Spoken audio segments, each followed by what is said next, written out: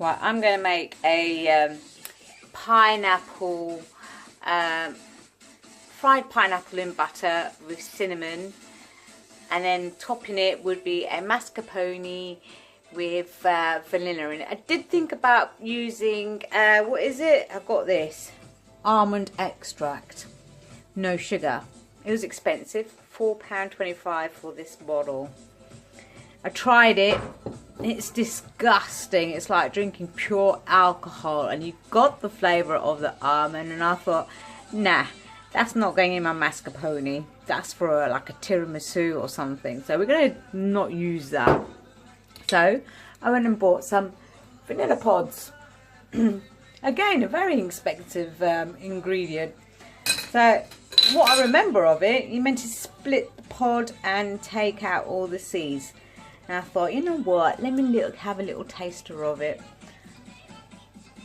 It's nothing like a vanilla essence flavour, nothing at all. It's quite a natural woody kind of tang to it. But I'm going to put that in my mascarpone. So I've beat up 2 jars of mascarpone, and I got my vanilla pods, which I'm going to de-seed and put in the mascarpone as they say to do, and then cover it, and then wish that everything's going to be fine in the morning.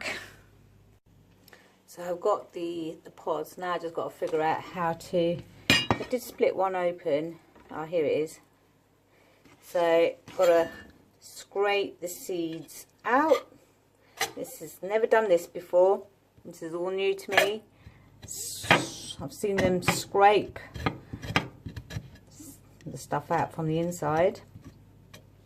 I'm only using half a pod. Pop that into my mascarpone, and then let's scrub it all out. Let's make sure we've got it all out. I don't want to get any of the barky bit in. I'm going to Google where vanilla pods come from, because I absolutely have no idea, you know, which country they're from and what they look like in their natural state. It's so bad that we don't really know the origins of our ingredients. And pineapples, how are pineapples 45p? It's March. They're being flown over from a different country, shipped over, and they're sold for 45p. And the farm's got to get a cut out of that. The cargo people got to get a cut out of that, and the supermarket's got to get a cut out of it. I dread to think if the farmer's only getting 5p a pineapple. Oh my god. So, in that goes. Sorry for that little bantering. So, just stir that up and put it in the fridge. Cover it. Right, for the pineapple bit, I thought I'd video this. It's quite funny, because I've never cut a pineapple up before. It's so weird. Right, this is what I think you do. You slice the sides down, all the prickly bits come away. It's so far, you need a sharp knife. You really need to have a sharp knife for this. So far, so good. I topped and tailed it. And now we're just getting off all the spiky bits.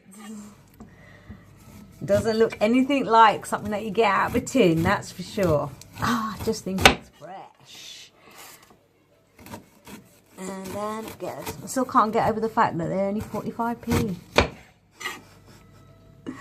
Oh, I'm just feeling so sorry for the farmer who's like spent months cultivating the plant and then has to go and pick them and then gets only 5p. I may be wrong, but I reckon it is only 5p.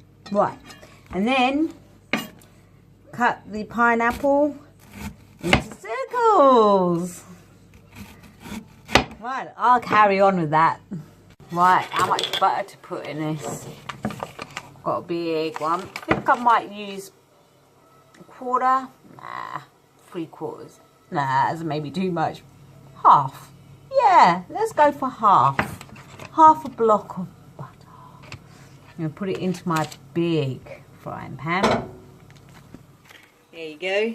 In it goes. Into my big frying pan and let that melt down.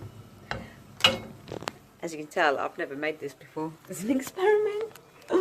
Let's just see. And I've got my cinnamon. And once the butter is melted, I'll put the cinnamon in. I actually decided not to put the whole lot of half of butter in. I've still got a blob there. I think I've got enough butter in the frying pan, so I'm going to take it out. Now to add the cinnamon. Open it. Right, let's put that in. Give it a nice, oops, maybe a bit too much, but never mind. Let that fry, release its flavours. Do your job. Oh, it smells like Christmas in the kitchen. Here we go. Melt that. Yum, yum. Smells so good already. Turn the heat down a bit. Don't want to overburn the butter. So we put the pineapple pieces in and fry them off. Oh, I can just imagine what it's going to taste like tomorrow. Oh. So the pineapple's frying away gently in the butter and cinnamon mix. I only put a few in because I want to brown both sides evenly. Oh, this is looking so good. When I flip them over the other side. Oh, so nicely glazed. And I guess the sugar from the actual fruit's caramelizing with the heat. Oh, don't you feel like you want some? So nice.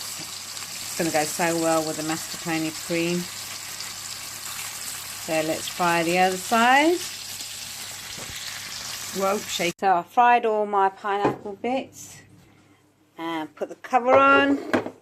Put it in the fridge overnight, and that's my thinking, that all the flavours will be absorbed overnight, so tomorrow it should be even more super duper. So I thought, while I've got the butter and the cinnamon in the frying pan, I might as well dry roast my almonds. That's going to be sprinkled on top of the cream. You see where I'm going with this pudding? All sugar free, but very fatty. So I'm roasting the flakes of almonds in that butter and cinnamon mix that I used the pineapples in, and roast them off until they're nice and brown. So I fried the almonds, put them on a absorbent paper, just patting off the excess and picking out all the burnt ones because they give a little bit of aftertaste, and I don't want that. I'll eat them instead. I was just thinking, if I didn't pat the butter off, it would become a nougat. It'd be harder to sprinkle, wouldn't it? Better take the butter off.